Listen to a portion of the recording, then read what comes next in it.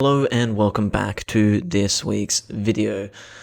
This week we're going to be exploring photo books and the photo books that I've come across recently that have really inspired me to go out and make some more work.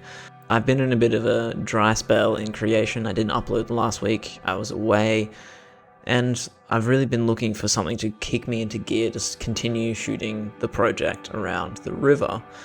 Now, I've been going out on little shoots here and there, but nothing really pushed me forward. Like spending an afternoon, I picked up 4 or 5 different photo books and just flicked through, and that was my only intention that afternoon, was just to spend time with some photo books. And it ended up really pushing me forward, and I went out and I shot 3 rolls of film out on this project right afterwards because I was so inspired. But these books here, I just want to talk about a little bit, and my experience of going through them, kind of why they were so inspiring to me. And I'll get some links for these artists and their books below in the description, so look out for those. The first one that I want to talk about is Mute. This is by Kirsten Glaser. I may have butchered that last name, but that's okay.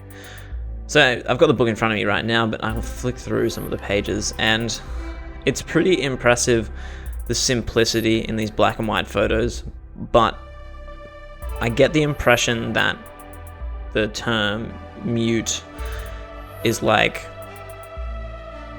this book is like kind of a dialogue in a sense. It's like maybe you aren't able to speak, but this is a visual language and expression to something that no one with words can bring to life. I don't know the context or any reasons why this book is called what it is, but it does give a lot of narrative options when you are flicking through it, which I think is really cool. There's an image in here that is absolutely amazing, and it's just of this extremely overexposed, really ultra simplified image with this clock swinging out into the open, and I just think, and it's an amazing use of negative space, and I never see black and white photos so white, just so much white in the photo. I think that's really cool, and especially in like an urban environment, so it seems like a really interesting image. But yeah, Mute, it was an amazing thing for me to come across and really start thinking about black and white photography in a new way, because it's been so long since I've shot any, and I think that I might pull out some rolls. It has never really been my style, and I would like to potentially push myself to practice it, get back into it a little bit more. The second book I looked at was Suicide Machine. This is by Dan Wood. Now Dan Wood wrote this and has a bit of like a introduction, and it seems to be just talking about a little bit of youth suicide and a little bit of small town things. The images in this book are awfully powerful. They're all shot in square format, which is something that I never really get to experience myself. I'm not very used to shooting in square, but I can see how framing up an image in a square format would be really fun and really interesting as a photographer, and it actually has quite a centering effect. It is very distinct that you're looking at a square format image, and it just draws you closer and tighter into an environment. I think that's kind of cool. Like 6:7 and then definitely 2:3, the 35mm ratios, they really drag out some of those images, and this is just keeping it nice and tight, nice and compact. And it's nice to have that consistency as you flick through this book.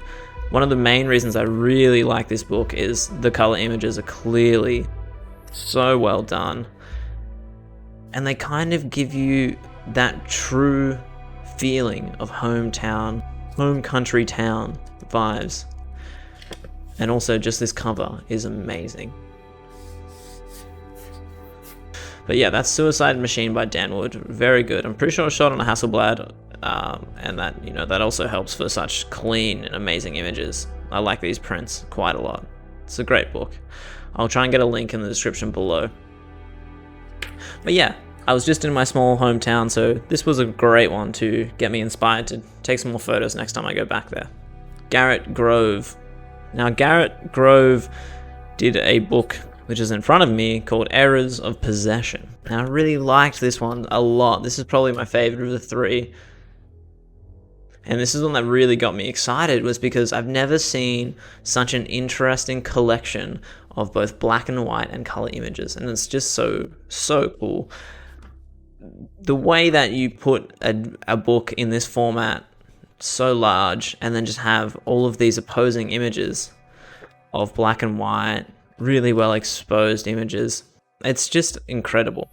And as I flick through this book, it really makes me realize that there's so much out there in terms of style, and so much out there in terms of personal flair, and so much out there in terms of what I can learn from other people's work. I could sit down with this one book alone and unpack it for a very long time. There are some amazing images in here, and as a collection, it tells an amazing story. I'd really recommend getting this one if you can. I believe Garrett Grove is actually a photographer for the National Geographic, and that stuff is obviously very published, but I don't know how much his side project, which is this is part of it, obviously. His side work is how published it is or how readily available it is, but I will still try and find a link at least to his website. But this was an absolute gem, and the cover, oh my god, so reflective and freaking crazy. Look at this, I can use it as a bounce card right now. Oh yeah, it's good stuff. Wonder if you knew one day his book would be used as a bounce card. But yeah, this is an amazing one, and I'm gonna dive a lot deeper into this in the future to learn a little more about what Garrett does and how he does what he does. It's amazing. So all I can say in kind of review is that I could not recommend enough getting your hands on at least a photo book in the next month to help inspire you in your photography. I've never felt more pushed forward or more excited to go out and shoot than I have since touching these books and flicking through them. And they've been sitting on my desk, and every day since I found them, I've been reopening and revisiting and looking deeper into all of these images, and it's getting me so excited to go out there. That is everything for this episode or video. Thank you very much for watching. I hope you enjoyed. Cheers for being here. I will see you next week with another upload. Thanks for watching. Cheers.